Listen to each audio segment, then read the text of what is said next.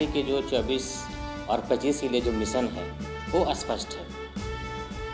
सभी देशवासियों को और मुख्य रूप से बिहार वासियों की आपके चैनल के माध्यम से हम आवाज़ और संदेश देना चाहते हैं कि जिस तरह से बिहार अभी पलायन पर निर्भर हो गया है, सभी बिहारवासी गौर से सुने।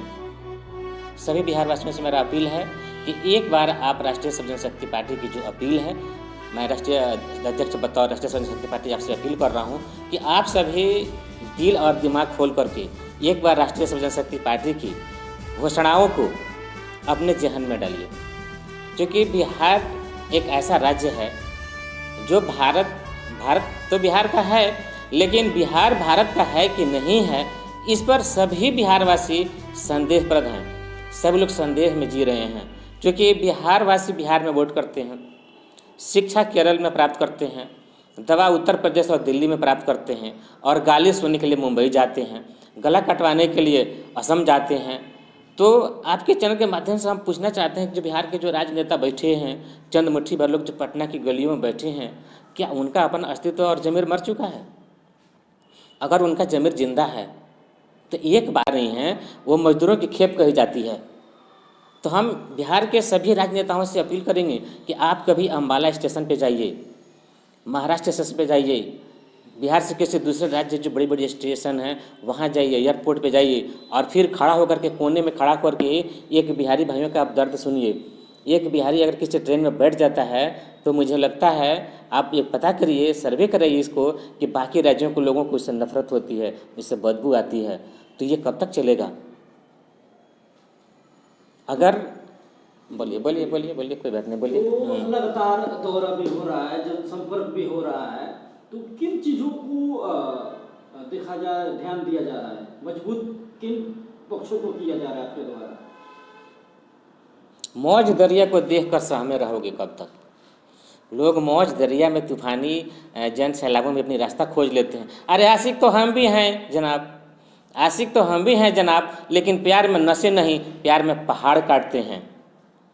पार्टी दौरा कर रही है, आपने सही कहा, हम जगह जगह भ्रमण कर रहे हैं, लेकिन पार्टी के विकास के लिए भ्रमण नहीं कर रहे हैं। हम दौरा इसलिए कर रहे हैं कि हम गरीब तबके के जो भी बिहार के मजदूर दबे कुचले पिछड़े लोग हैं, उनके हम दुखों को जानने के लिए उन तक जा रहे हैं कि आखिर हमारे बिहारी भाई किस प्रकार के दुखों से ग्रसित है, उनको किस तरह की समानता और भिन्नता से देश में देखा जाता है, उनको बिहार में रोजगार क्यों नहीं है, एक बिहारी दर दर क्यों भटक रहा है। देश जब से आज़ाद हुआ सभी राज्य एक साथ आज़ाद हुए, लेकिन सभी राज्यों का विकास होते चला गया और बिहार का विनाश होते चला गया। ये महापुरुषों की जमी रही है। यहाँ एक से एक वीर पैदा हुए हैं, लेकिन उन वीरों जिन वीरों ने बिहार की धरती पर पैदा हुआ, आज उनका नामो निशान भी अपने जा रहा है। तो इसके मिटाने का जिम्मेदार कौन है? कोई ना कोई तो है जो बिहार को बर्बाद कर रहा है। आप बतौर एक बिहारी सोचें, अभी आपको अगर के साथ कोई दुर्घटना अगर होती है, खुदा न करे आपके साथ कोई घटना हो जाए, अगर घटना होती है तो आप सीधे, अगर किसी को नमोनिया भी हो जाएगा ना, बुखार हो जाएगा, तो आप अपने क्षेत्र में किसी डॉक्टर से नहीं दिखाना उचित समझिएगा। आप बिहार के हैं, आप बिहारी हैं, इसलिए मैं आपसे ये सवाल कर रहा हूँ कि अगर आपके साथ अभी कोई आकस्मिक घटना हो जाए, आपके बच्चे को अगर किसी का फीवर हो जाए, नमोनिया हो जाए, तो आप बिहार में इलाज करवाइएगा क्या? आपके दिमाग में सीधे एक ही शब्द आएगा कि हमें गोरखपुर जाना है इलाज करवाने के लिए। अरे आप आम नागरिक हैं, अपना छोड़ दीजिए। बिहार के जो मुख्यमंत्री हैं माननीय नीतीश बाबू, वो अपना आँख बनवाने के लिए दिल्ली जाते हैं, और जो बिहार के अभी उप मुख्यमंत्री हैं, चिकित्सा मंत्री भी रहे, वो अपने फादर का इलाज कराने के लिए, अपने पिता का इलाज कराने के लिए दूसरे देशों में जाते हैं। तो बिहार पूर्ण रूप से क्या है, आज पलायन पर निर्भर हो गया है। सब लोग बिहार से भाग रहा है। आज बिहार में आने से कोई डरता है, संकोच करता है। आज की घटनाएं आपको रोज़ पता है कि नरसंहार जिस तरह से हो रहा है, कभी जंगल राज हुआ करता था, लेकिन ये जंगल राज 3 हो गया है। आज का हर एक नागरिक, गरीब व्यक्ति घर से निकलने में सोचता है, अपनी लड़कियों को पढ़ाने के लिए स्कूल कॉलेज में भेजने के पहले वो सोचता है कि हम भेजेंगे तो पता नहीं उधर से लौट के आएगी कि नहीं आएगी। अभी ये आती है, 2-3 दिन पहले की बात है, मुजफ्फरपुर की घटना आप देखिए, जबरन किसी लड़की को कार में उठा लिया गया। अभी आप देखिए छपरा की स्थिति, नरसंहार हो रहा है। सिवान की स्थिति देखिए, बड़े बड़े बैंक लूटे जा रहे हैं, मोटरसाइकिल की एजेंसियाँ लूटे जा रही हैं। इन लोगों को तो छोड़ दीजिए, अभी बिहार में मुझे लगता है कि 5 किलो गोश्त लूटे जा रहे हैं। वाह, क्या हम बिहारी होकर रह गए। लेकिन फिर भी जो बिहार के मुख्यमंत्री वो तो समाधान यात्रा अपना निकाल रहे हैं, समस्या का समाधान भी कर रहे हैं वो, फिर भी तो क्या माना जाए इस तरह से उनको करने पर पूरा बिहार का समस्या का समाधान हो सकता है? समाधान जो समस्या पैदा किया है वो समाधान दूसरी जगह खोज रहा है। उनको तो पता चल रहा है ना कि जहाँ भी जा रहे हैं अब जनता उनको नकार चुकी है, जनता उनसे नफरत कर रही है। अगर उनके अंदर थोड़ा सा भी लफ्जा होता ना, अगर जनता के प्रति सम्मान होता तो समाधान यात्रा कभी नहीं निकालती। आप देखिए ना, जिस भी जगह जाते हैं समाधान यात्रा को लेकर के उनकी काफिला रोकी जाती हैं, उनका तिरस्कार हो रहा है। लेकिन फिर भी अपना गलत निर्णय, इनका परिणाम एक ही है कि उन्होंने जो दारूबंदी का गलत निर्णय लिया था वो उनका निर्णय गलत था।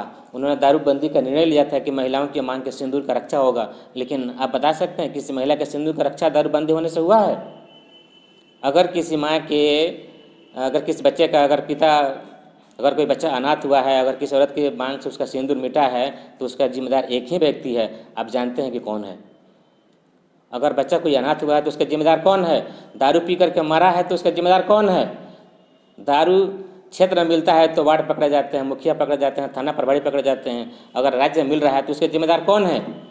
कभी मुख्यमंत्री को आकर के इसका समाधान करना चाहिए कि नहीं करना चाहिए? मुख्यमंत्री जी तो बोल रहे हैं कि जो पिएगा सो मरेगा, जो बेचेगा वो राज करेगा। जो पिएगा वो मरेगा। तो आप बताइए ना, सबसे ज़्यादा भारत में दारू किस राज्य में पी जाती है? छत्तीसगढ़ में। आपको पता है छत्तीसगढ़ में कितने प्रतिशत लोग दारू पी कर मरते हैं? उत्तर प्रदेश में अगर दारू इतना बुरा तो कितनी जनता पी करके मरती है? ये कहा जाता है कि सूरज अस्त और नेपाल मस्त, सुने हैं? नेपाल में कितना प्रतिशत जनता दारू पी कर मरती है? अगर दारू इतना बुरा चीज़ है तो फिर प्रशासन क्यों पीती है, मिलिट्री क्यों पिलाता है? बड़े बड़े अफसर दूसरे बिहार को छोड़ दिए जाने राज्य में जाइएगा ना तो पता चलेगा कितने लोग दारू से मर रहे हैं। कोई दारू से नहीं मरता है। जब सही चीज़ नहीं मिलेगा, गलत निर्णय लीजिएगा तो जनता उसका विद्रोह करेगी और उसका खमियाजा आपको भुगतना पड़ेगा। राष्ट्रीय सब जनशक्ति पार्टी का मैनिफेस्टो क्या है? देखिए, बिहार के लिए बिहार राष्ट्रीय स्वयं सेवक पार्टी का मैनिफेस्टो स्पष्ट है। सबसे पहले राष्ट्रीय स्वयं जनशक्ति पार्टी की जिस दिन सरकार बनेगी, ये हमने 13 मुख्य मांग पत्रों के साथ अपना एजेंडा जारी किया है। हम चाहेंगे कि आप अपने चैनल पर इस मांग पत्र को प्रदर्शित कर एक बार जनता को दिखाएं कि राष्ट्रीय स्वयं जनशक्ति पार्टी बिहार के लिए, बिहार के युवाओं के लिए चीजें जो है थोड़ा बता दें क्या लेकर के आई है। एक बार जानें, एक बार देखें। और आपके चैनल के माध्यम से हम बिहार के सभी जनता जनार्दन से अपील करेंगे कि आने वाले चुनाव में आप बिहार जरूर आइए, विकास के लिए आइए। एक बार आकर के आप परिवर्तन के लिए राष्ट्रीय स्वयं जनशक्ति के पार्टी का साथ दीजिए, फिर देखिए कि आपका पलायन हम रोक देंगे। राष्ट्रीय स्वयं जनशक्ति पार्टी की मांग है कि जात नहीं, हमें जमात चाहिए, सभी वर्णों का साथ चाहिए। अभी तक बिहार के साथ दोगलापन और दोहरी नीति का शिकार हुआ है बिहार की जनता। कभी आपको जात के नाम पर उलझाया जाता है, कभी मंदिर मस्जिद के नाम पर उलझाया जाता है और आपका शिक्षा खत्म किया जाता है। अगर एक शिक्षा को बिहार सरकार खत्म कर रही है तो शिक्षा पढ़ते पढ़ते बिहार में ग्रेजुएशन की स्थिति आप जानते हैं कि 5 साल में भी नहीं होती है, 6 साल में भी नहीं हो रहा है। तो आप पढ़ने में आपकी उम्र को समाप्त किया जा रहा है। आप 5 साल बीए ग्रेजुएशन करने के लिए जो प्रतीक्षा कर रहे हैं तो 5 साल में, उस 5 साल के दरमियान आपका उम्र खत्म हो जाएगा। फिर आप नौकरी मांगने का हकदार नहीं रहिएगा और आपको मजबूरन ठेला चलाना पड़ेगा, पकौड़े का दुकान खोलना पड़ेगा। वो भी नहीं चलेगा तो आपको विदेश जाना पड़ेगा और विदेश जाने के लिए भी आपको दिल्ली और मुंबई जैसे शहरों में चक्कर लगाना पड़ेगा।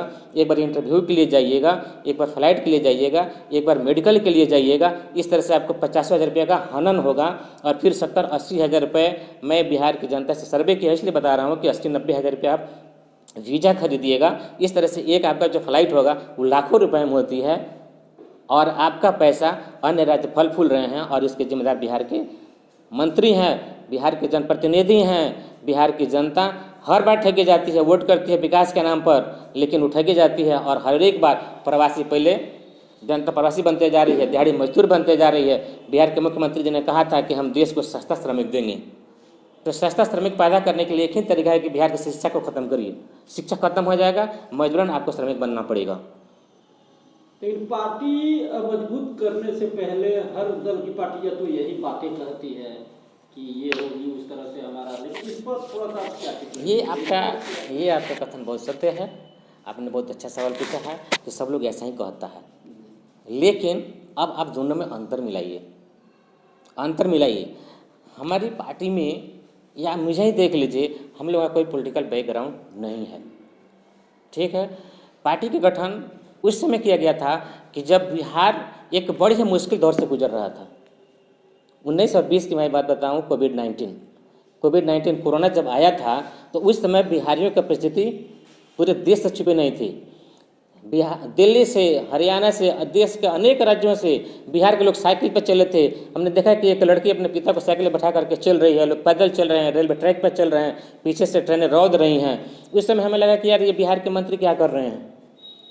जब तक बिहार के राजनीति में अच्छे लोग नहीं आएंगे, वो कोरोना की देन है कि राष्ट्रीय स्वयं जनशक्ति पार्टी का गठन हुआ, और जब से राष्ट्रीय स्वयं जनशक्ति पार्टी का गठन हुआ है तो पार्टी मुख्य रूप से 13 बिंदुओं पर काम कर रही है। मैं आपको बता दूं, कहने से नहीं जरूरत है, पार्टी ने देश के जितने भी बड़ी बड़ी कंपनियां हैं सबसे MOU किया है। उस MOU के तहत बिहार के जो भी पढ़े लिखे जो शिक्षित युवा हैं उनको उनकी योग्यता के अनुसार हम नौकरी दिलवाते हैं। पार्टी से जुड़े दूसरी बात,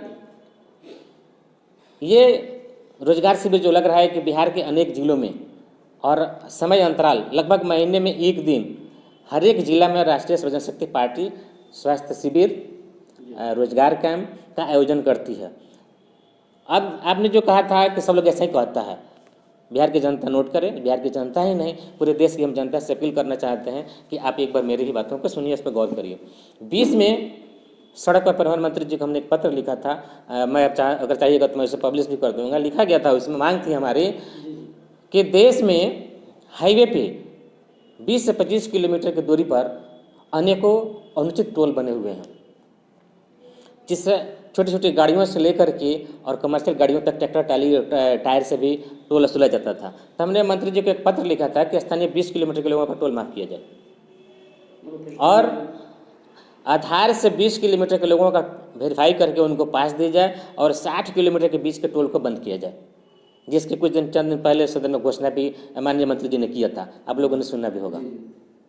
दूसरी हमारी ये पहली प्राथमिकता रही पार्टी की। दूसरी प्राथमिकता रही कि बिहार के युवा जो विदेश जाने के लिए दिल्ली और मुंबई जैसे जगहों पर जाकर के चक्कर लगाते हैं, फिर अपनी फ्लाइट के करवाते हैं, तो हमने सोचा था कि अगर बिहार से ही अगर हम इस व्यवस्था को कर दें तो एक गरीब जनता का कम से कम 30 से 40 रुपये का बचत होगा।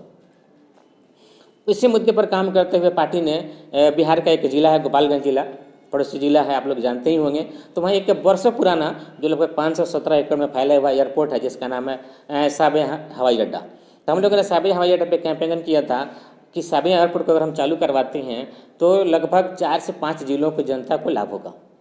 उस एयरपोर्ट को चालू करवाने के लिए हमने गोपालगंज और सिवान जिले के जितने भी प्रतिनिधि थे सबसे संपर्क साधा, सबको पत्र जारी किया गया था, जिसकी मांग सदन में माननीय सुमन जी और भी बहुत सारे लोगों ने अपने अपने स्तर से उठाया। तो पार्टी सभी एयरपोर्ट को चालू करवाने के लिए सड़क से लेकर के सदन तक संघर्षरत है। हम एयरपोर्ट को चालू करवाएंगे। कब तक एयरपोर्ट जो सभ्या है आखिर कब तक उस पर मुकम्मल होगा काम? देखिए, एयरपोर्ट मरम्मति का काम और उसका सर्वे का काम जारी है, काम हो रहा है। मुझे लगता है कि 23 में गोपालगंज जिला को ही नहीं पूरे बिहार की जनता को एक सौगात मिलेगा जो बहुत ही माननीय और कथक सौगात होगा, जिसके लिए पार्टी सड़क से लेकर के सदन तक हमेशा संघर्षरत है और सभी जनप्रतिनिधियों से लगातार संपर्क साधे हुए, अधिकारियों से भी संपर्क साधे हुए कि यथाशीघ्र इस काम को पूरा किया जाए।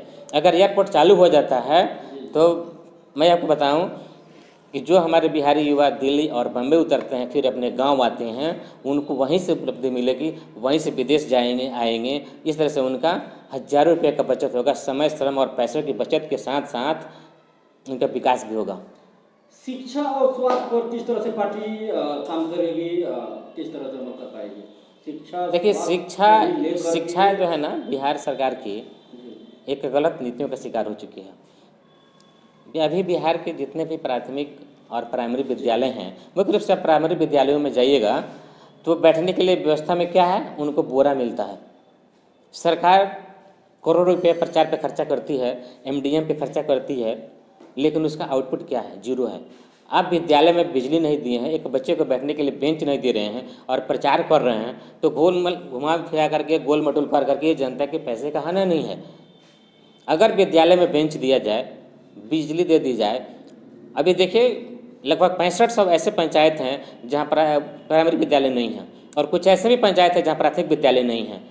कहीं 200 बच्चों पे 20 शिक्षक हैं और कहीं 20 बच्चों पे 10 शिक्षक हैं। तो ये जो सरकार का जो आंकड़ा है ना, ये फ्लॉप होते जा रहा है और शिक्षा पर एकदम सरकार फ्लॉप है।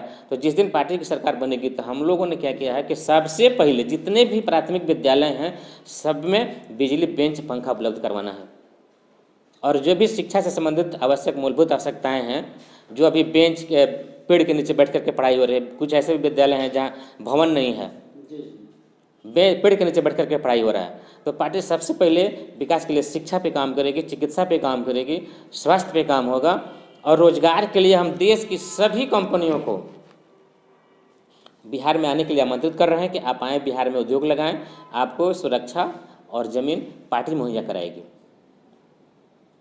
चलिए, जो भी लोग देख रहे हैं मीडिया के माध्यम से, क्या लोगों को अपील कीजिएगा जो पार्टी में आना चाहें, जुड़ना चाहें? देखिए, आपके चैनल के माध्यम से हम बिहार के नहीं, देश की सभी जनता जनार्दन से अपील करना चाहते हैं कि देश की जनता विकास के लिए उनको लड़ना होगा। देश की जनता जब तक विकास के लिए नेताओं की रैलियां नहीं रुकेंगी, नेताओं की काफिले नहीं रुके जाएंगे, ये लोग अपनी मांग को भरते जाएंगे, अपनी पेट को भरते जाएंगे, और आप पे अपना कदम रख के ये लोग आगे बढ़ते जाएंगे। फिर आने वाला समय में चुनाव होने वाला है, फिर जल्द चुनाव होगा, फिर आपको कभी मंदिर मस्जिद के नाम पर ठगे जाइएगा, कहीं दंगे के नाम पर ठगे जाइएगा। तो बिहार की जनता और देश की जनता से अपील करना चाहते हैं कि जाति पाति को न दे भाव, सही नेता का करे चुनाव। जात नहीं, हमें जमात चाहिए और सभी वर्गों का साथ चाहिए। एक बार पूरी जनता हमारी बात पर विश्वास करे और पार्टी के साथ जुड़े। मैं ये वादा करता हूं कि बिहार की किसी भी जनता को हम लोग निराश नहीं करेंगे, विकास उनके घर तक चल करके खुद जाएगी। और जनता ये भी जानना चाह रही है कि 5 साल बनाम 2 साल, इस पर थोड़ा सा 2 शब्द आपकी क्या राय रहेगी? देखिए, काम करने के लिए 5 साल की ज़रूरत नहीं है। 5 साल में तो जुमलेबाजी होती है। अभी देखिए, किसी ने कहा दिया कि हम लोग 15-15 लाख रुपया देंगे और फिर कहा कि नहीं, तो भाषण देने का तरीका था। विकास करने के लिए चंद समय ही काफ़ी है। विकास के लिए 5 साल नहीं, 2 साल की मुख्य रूप से ज़रूरत है। अगर 2 साल सही तरीके से काम कर दिया जाए तो 2 साल में ही बिहार का कायाकल्प हो जाएगा। इसलिए हमने कहा है कि 5 साल बनाम 2 साल। अगर 2 साल में, मैं सभी जनता से अपील करता हूं कि एक बार आप मेरी बात पर विश्वास करिए, और जो चीज़, ये 13 चीज़ों को जो हमने अपने एजेंडे में डाला है, अगर ये 2 साल में नहीं होता है तो फिर 2 साल में ही हम लोग आपको त्यागपत्र दे देंगे कि भाई ये हमारे लिए नहीं है। अगर होगा तो 2 साल में ही होगा। बाढ़ बंद करने के लिए कोई ज़्यादा दिन का समय की ज़रूरत नहीं है। नेपाल पहाड़ कट के अपना विकास कर रहा है और पानी बिहार में छोड़ रहा है, अब बिहार का पहाड़ पानी पी रहा है। तो जब विकास करने के लिए आप पहाड़ को काट सकते हैं तो बिहार के नदियों को सफाई करने के लिए कई साल लगेगा। बिहार के नदियों के तलों की सफाई करने के लिए कई साल लगेगा। आप रातों रात महल बनवा लेते हैं, रातों रात सड़कों बना लेते हैं, तो बिहार के 5 साल में नदियों का मरम्मत नहीं होता है। इसका मतलब क्या है कि आप जनता के साथ धोखा कर रहे हैं।